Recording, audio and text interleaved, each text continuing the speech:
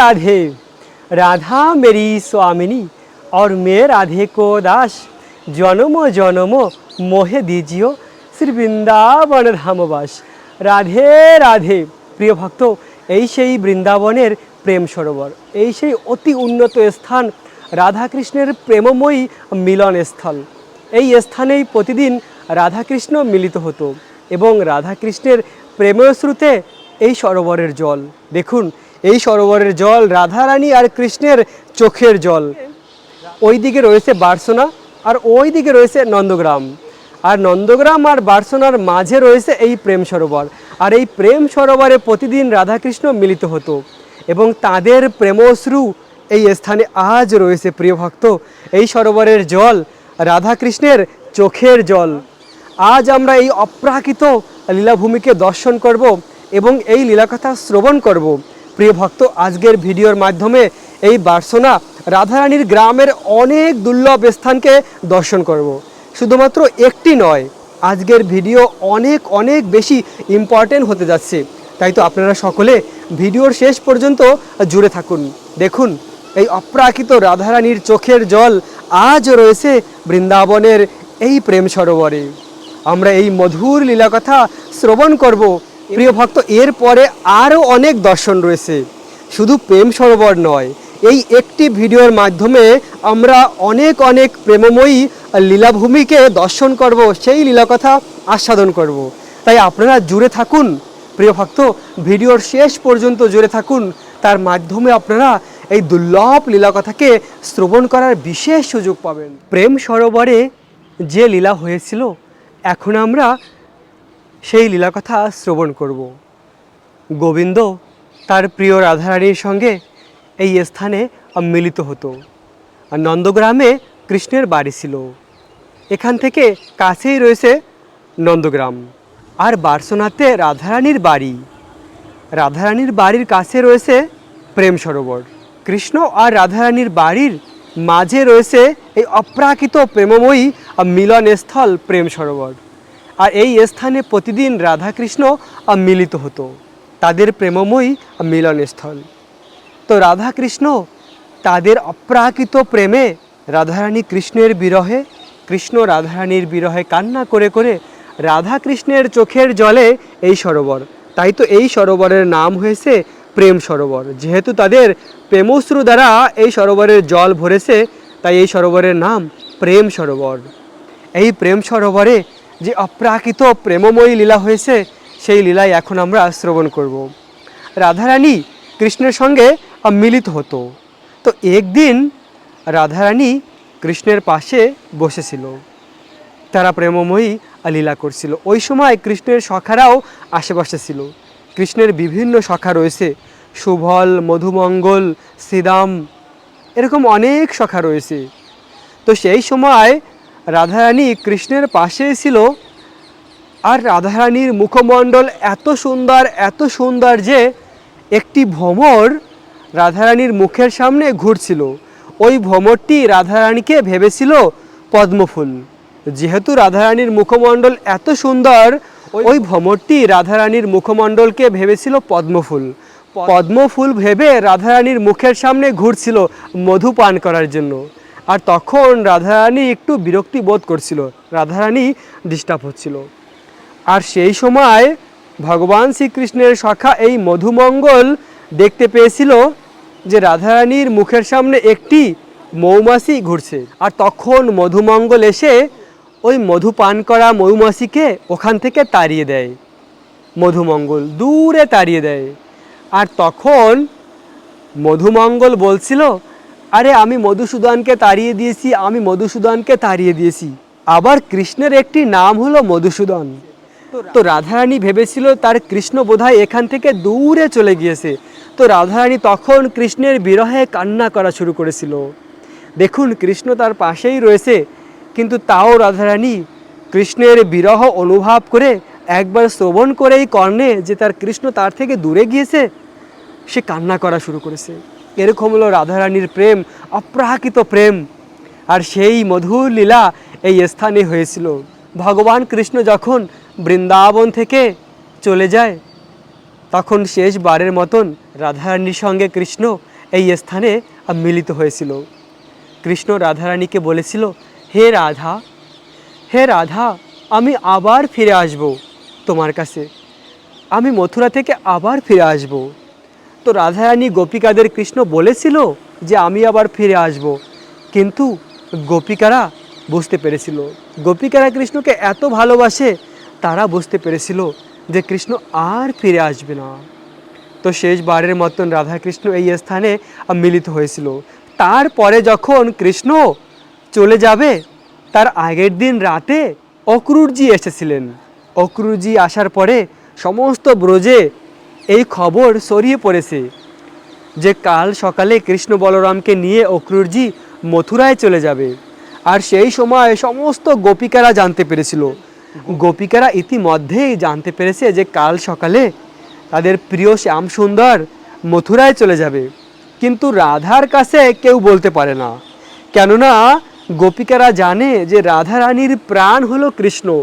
রাধারানী যদি শুনতে পায় যে তার কৃষ্ণ তাকে ছেড়ে চলে যাচ্ছে মথুরায়, রাধারানীর তো প্রাণ চলে যাবে। তো ললিতা সখী, বিশাখা সখী তারা কি করে রাধাকে বলবে, কি করে রাধাকে এই দুঃখের সংবাদ দেবে? কেননা এই সখীরা রাধারানীকে খুব ভালোবাসে। তারা জানে যে রাধারানী একটি ক্ষণ, এক মুহূর্ত কৃষ্ণের বিরহ সহ্য করতে পারে না। আর সেই কৃষ্ণ বৃন্দাবন থেকে চলে যাওয়ার কথা কি করে রাধা শুনবে? রাধা যদি এই কথা শোনে, রাধার তো প্রাণ চলে যাবে। তাই তারা গোপিকারা, ললিতা সখী, বিশাখা সখী রাধারানীর কাছে বলে না। কিন্তু না বললেও এক সময় রাধারানীর এরকম অনুভূতি হচ্ছিল, তার খুব বিরহ অনুভব হচ্ছিল। আর সমস্ত ব্রজে এক হাহাকার পড়েছিল, সকল দিকে চারদিকে এক নিস্তব্ধ কান্নার আওয়াজ। তখন রাধারানী জিজ্ঞাসা করেছিল, চারদিকে এত দুঃখের কান্নার আওয়াজ কেন? অবশেষে রাধারানীও জানতে পেরেছে যে কৃষ্ণ চলে যাবে। তখন সেই রমণীর শিরোমণি, অষ্টসখীর শিরোমণি, কৃষ্ণ প্রেম বিনোদিনী যে রাধারানী, এই জগতের সর্বশ্রেষ্ঠ ভগবান শ্রীকৃষ্ণের ভক্ত, সব থেকে মহান ভক্ত, রাধারানীর থেকে শ্রেষ্ঠ ভক্ত আর কেউ নেই। আর সেই রাধারানী কৃষ্ণের এই বিরহের কথা শুনে এই প্রেম সরোবরের পাশেই পাগল হয়ে বিলাপ করছিল, হা কৃষ্ণ। কৃষ্ণ তখন রথে করে যাচ্ছিল মথুরা। ঠিক সেই সময় সমস্ত গোপিকেরা এসে রথের সামনে শুয়ে পড়েছে, কৃষ্ণকে যেতে দেবে না। হে কৃষ্ণ, তুমি যদি যাও তাহলে আমাদের উপর থেকে রথ চালিয়ে যাও, আমরা আর তোমার বিরহে এই প্রাণ ধারণ করে রাখতে পারবো না। হে কৃষ্ণ, তোমাকে ছাড়া আমরা আর প্রাণ ধারণ করতে পারবো না। তাই তুমি চলে গেলে আমাদের বেঁচে থাকার থেকে মরে যাওয়া অনেক ভালো।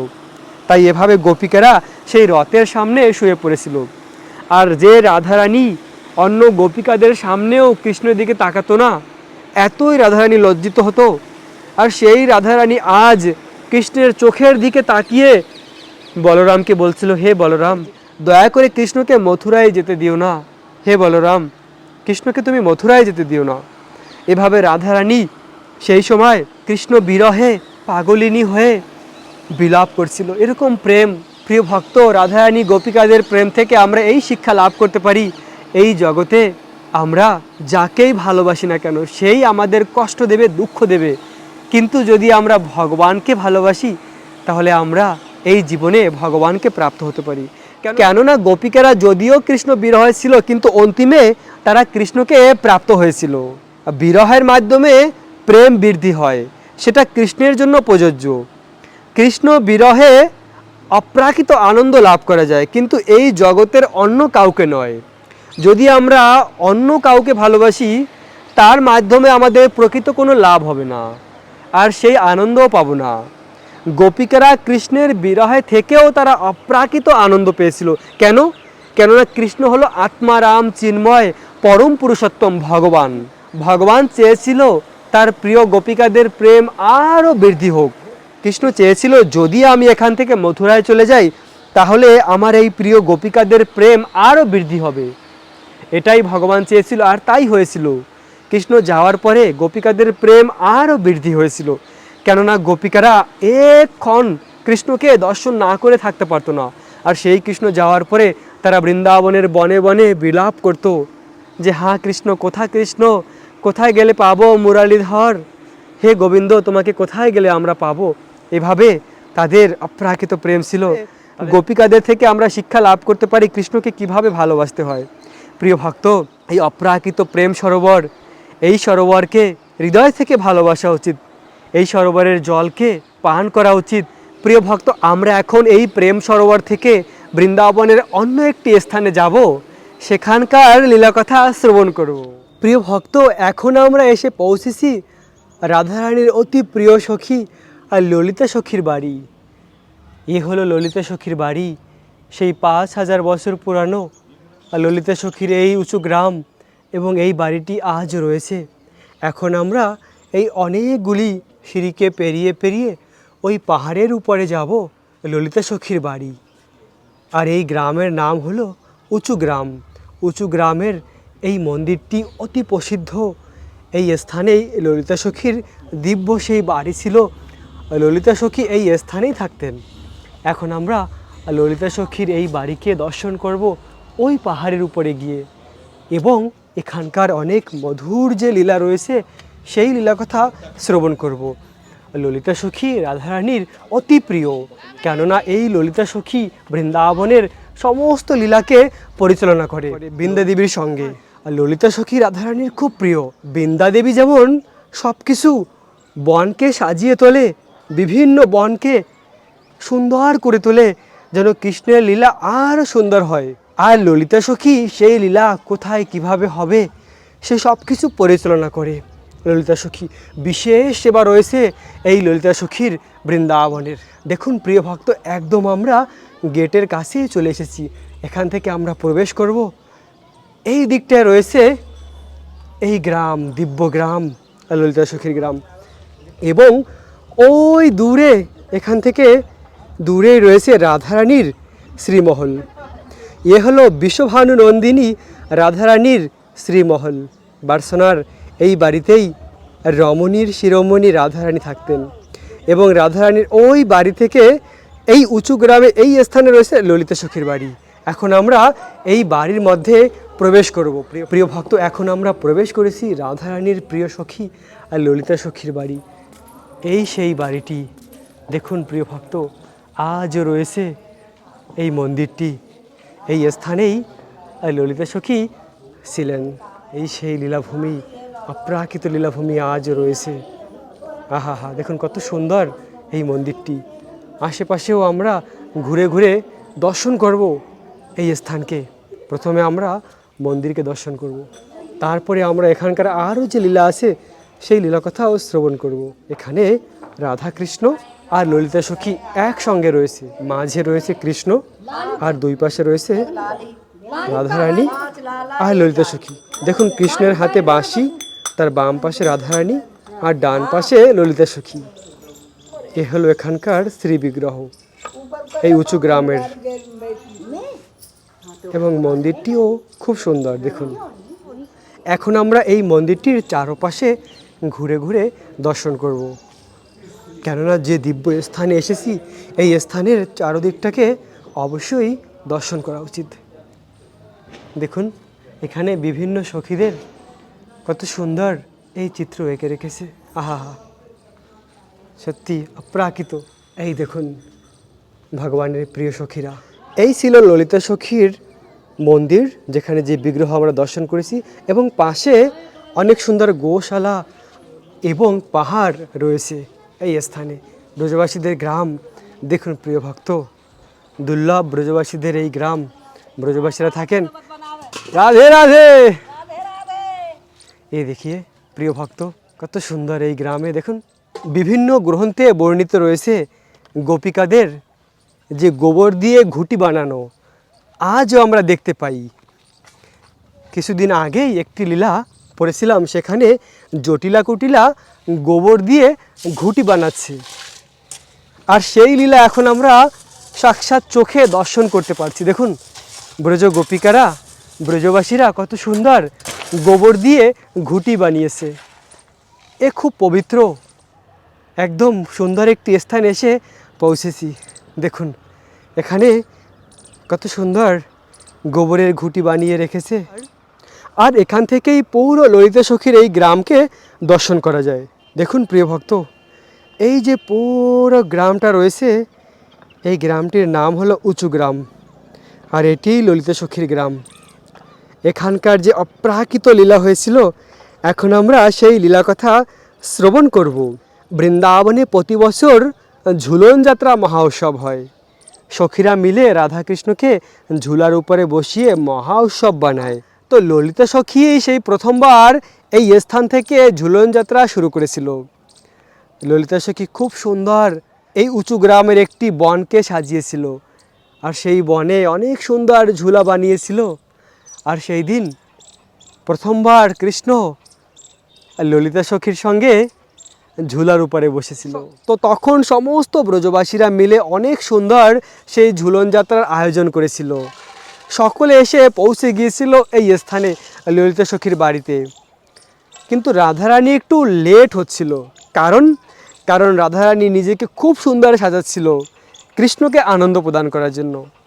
রাধারানী নিজেকে শৃঙ্গার করে নিজের সুখের জন্য না, সব কিছু তার প্রিয় কৃষ্ণের জন্য। তো তখন রাধারানী যখন রাস্তা দিয়ে আসছিল, আর ওই সময় এই স্থানে নারদমুনি এসে পৌঁছালো। নারদমুনি তখন কৃষ্ণকে বলল, কৃষ্ণ, তুমি তো বলেছিলে তুমি আমাকে একটি বরদান দিবে, আমি তোমার কাছে সেই বর এখন চাই।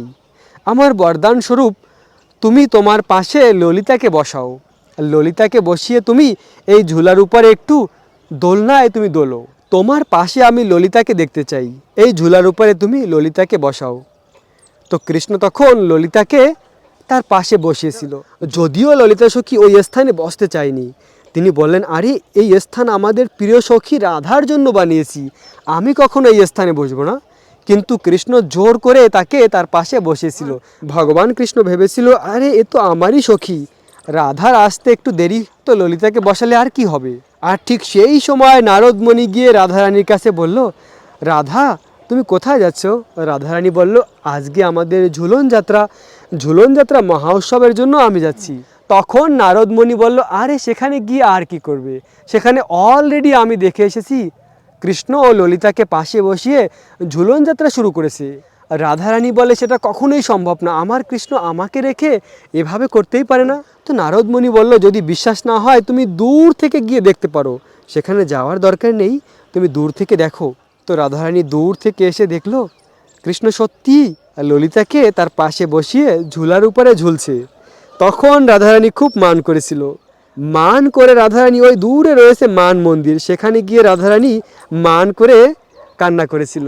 পরে কৃষ্ণ আবার তার মান ভাঙিয়েছিল। সে অনেক বড় লীলা আমরা ঝুলন যাত্রার সময় সেই লীলা বিস্তারিতভাবে শ্রবণ করব, কেননা আমরা এই স্থান থেকে এখন অন্য একটি স্থানে যাব। প্রিয় ভক্ত, ঠিক এই মুহূর্তে আমি রয়েছি ললিতা সখীর বাড়ি উঁচু গ্রাম। এ হলো ললিতা সখীর মন্দির উঁচু গ্রামের। আর এই উঁচু গ্রামের পাশে আরও অনেক সুন্দর স্থান রয়েছে, আমরা সেই স্থানে যাব এবং দর্শন করব। তো এভাবে বৃন্দাবনে অনেক মধুর মধুর লীলা হয়ে থাকে। নারদমণি রাধাকৃষ্ণের লীলাকে আরও মধুরতা বাড়িয়ে তোলে। যখন রাধাকৃষ্ণের সঙ্গে মান হয়, তখন তাদের প্রেম আরও বৃদ্ধি হয়। মান অভিমানের এই লীলার মাধ্যমে তাদের প্রেম আরও বৃদ্ধি হয়। আর এই সকল রাধারানীর প্রিয় সখীরা ললিতা, বিশাখা, চম্পকলতা, এরা সকলেই সব সময় রাধারানী আর কৃষ্ণের সেবা করে। তারা নিজেদের সুখের কথা কখনো চিন্তা করে না। তাই এই সকল লীলা হলো অপ্রাকৃত লীলা। প্রিয় ভক্ত, আর ললিতা সখীর বাড়ির ঠিক সামনেই দেখুন এই স্থানে রয়েছে তুলাদান স্থান। এই স্থানে অতি গভীর অন্তরঙ্গা লীলা হয়েছিল। এই স্থানে কৃষ্ণ রাধারানীর তুলাদান করেছিল। তো আমরা এই সকল লীলা শ্রবণ করব। এই স্থানের সেই 5000 বছর পুরানো দর্শন আজ রয়েছে, সেই দর্শন করব। এই পিছনে রয়েছে যে স্থানে শ্যামসুন্দর কৃষ্ণ রাধারানীর তুলাদান করেছিল। কী লীলা হয়েছিল, কেনই বা রাধারানীর এই তুলাদান করেছিল? এক পাশে রাধারানী আর এক পাশে গোল্ড বসিয়ে রাধারানীর ওজনের সমান যতটা গোল্ড সেটা দান করেছিল ব্রাহ্মণকে। কেনই করেছিল, সেই মধুর রহস্যময় লীলা শ্রবণ করব। দেখুন এই স্থানে সেই 5000 বছর আগে রাধারানীর তুলাদান হয়েছিল। আর এই লীলা কথা শাস্ত্রে বর্ণিত রয়েছে। এখানকার গোস্বামীদের সেই 5000 বছর পুরানো বই রয়েছে, দেখুন। তো এই গ্রন্থে বর্ণিত রয়েছে রাধারানীর তুলাদানের কথা। তো কিভাবে সেই লীলা হয়েছিল, কেনই বা হয়েছিল, এখন আমরা সেই কথা শ্রবণ করব। তো পাশে একটি কুণ্ড রয়েছে, অতি পবিত্র সেই কুণ্ডটি, এবং ওই কুণ্ডের ওই স্থানে গিয়েই আমরা এই লীলা কথা শ্রবণ করব। এখানে রয়েছে একজন ব্রজবাসী প্রভু, যিনি আমার সঙ্গে রয়েছেন। তো উনি আমাকে ওই স্থানে নিয়ে যাচ্ছেন। দেখুন, এ হলো ললিতা সখীর বাড়ি, এবং ঠিক পিছনেই এই সুন্দর দহিকুণ্ড এসে এখন আমরা পৌঁছেছি।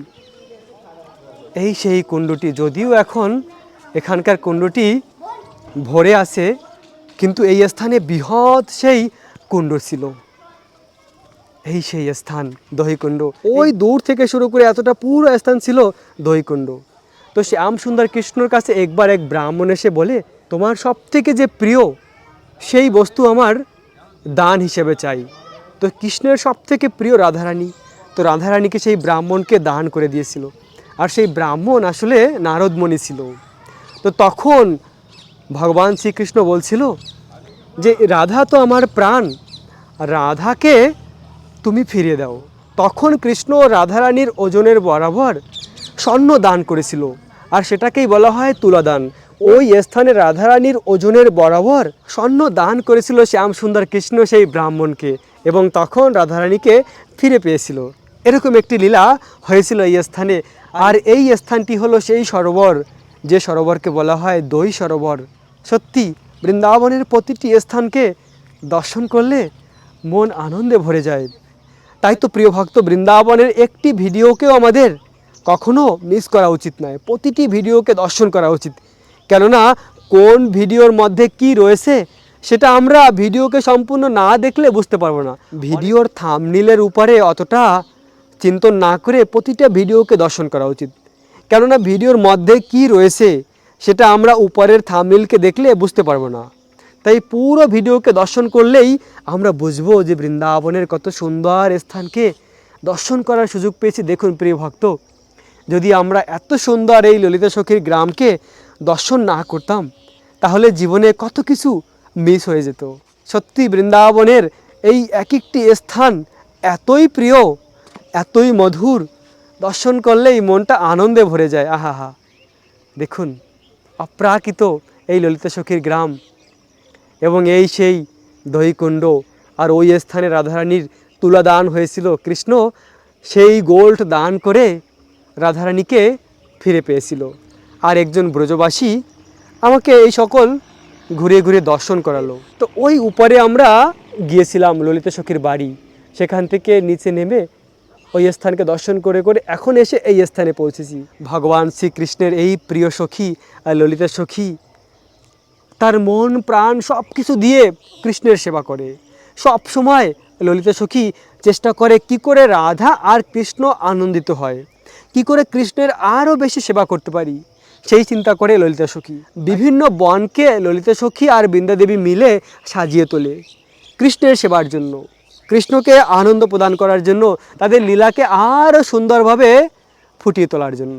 তো এখানে একজন ব্রজবাসী রয়েছে যিনি এই স্থানেই থাকেন, তার কাছে আমরা এখানকার লীলাকথা শ্রবণ করব। কেননা ব্রজবাসীদের মুখে কিছু শ্রবণ করা খুবই জরুরি। প্রভুর মুখে এখন আমরা কিছু অপ্রাकृत এখানে কথা श्रवण करब। प्रभु जी आप हिंदी में ही बताइए, लेकिन 2 मिनट में बता दीजिए हमारा भक्त लोगों को। बोले राधा रानी की जय। देखिए ये ऊंचा गांव है, श्री ललिता जी का जन्म स्थान है, और इस समय हम बड़े ही दिव्य स्थान पर खड़े हैं। इसको देही कुंड के नाम से जानते हैं। ये ऐसा स्थान है जहाँ पर स्वयं ठाकुर जी ने हमारी राधा रानी एक ब्राह्मण को दान में दे दी, और जब राधा रानी को वापस लिया तो उस ब्राह्मण को राधा रानी के वजन के बराबर तोल करके सोने का दान देना पड़ा। एक बार जब ठाकुर जी के समक्ष श्री नारद मुनि ब्राह्मण का रूप धर के आते हैं, तो ठाकुर जी से जब वो दान मांगते हैं, कहते हैं प्रभु मुझे को अपनी कन्या की शादी करानी है। दरिद्र ब्राह्मण का रूप नारद जी ने धर लिया, और जो है अपनी कन्या की शादी के लिए ठाकुर जी के पास में धन की याचना करने के लिए जब गए, तो ठाकुर जी ने कहा कि हे ब्राह्मण देव, मेरा तो सिर्फ एक ही धन है, वो ये श्री राधा रानी है, तो आप राधा रानी को ही हमसे दान ले लो। तो उस समय ब्राह्मण कहता है प्रभु मैं ब्राह्मण विचारो मेरो मत कर अपमान, रख राधा धन तेरो मेरो तुझको प्रणाम। पहले से ही किशोरी लेकर पकड़ूं मैं कान और दूजी किशोरी देकर करते एहसान। कि हे कृष्ण, एक बेटी की शादी के लिए आपसे मांगने आया हूँ, उसके लिए मेरे पास धन नहीं है, अब आप मेरे को दूसरी बेटी और दान में दे दोगे तो इन दोनों का लालन पालन का शादी ब्याह कहाँ से करूँगा। तो उस समय पर भगवान श्री कृष्ण ने मतलब ब्राह्मण ने ठाकुर जी के प्रति अपना समर्पण किया। तो ठाकुर जी ने की और राधा को मोल दियो सोने से तोल, लियो कृष्ण कन्हैया ने राधा धन मोल, रखो पंडित को मान दियो सोने को दान। राधा रानी को तराजू में बिठा करके उनको सोने से तोला, सोना ब्राह्मण को दिया जिससे उसकी बेटी की शादी हुई। राधा रानी की देह के वजन के बराबर स्वर्ण तोला तो कुंड का नाम देह कुंड पड़ा। और जो यहाँ पे मंदिर विराजमान है वो ठाकुर श्री देह बिहारी जी का है। बोले वृंदावन बिहारी लाल की जय। তো আমরা প্রভুজিকে অনেক অনেক ধন্যবাদ দেবো। থ্যাংক ইউ প্রভুজি, হরে কৃষ্ণ, রাধে রাধে। তো প্রিয় ভক্ত, আমরা এখানকার শুদ্ধ ভক্ত ব্রজবাসীদের মুখ থেকে এখানকার লীলাও শুনে নিলাম। যে হিন্দি বুঝতে পারেন সে তো বুঝতে পেরেছেন, বাকি যে বুঝতে না পারেন আমি যে লীলা বলেছি ওই একই লীলা।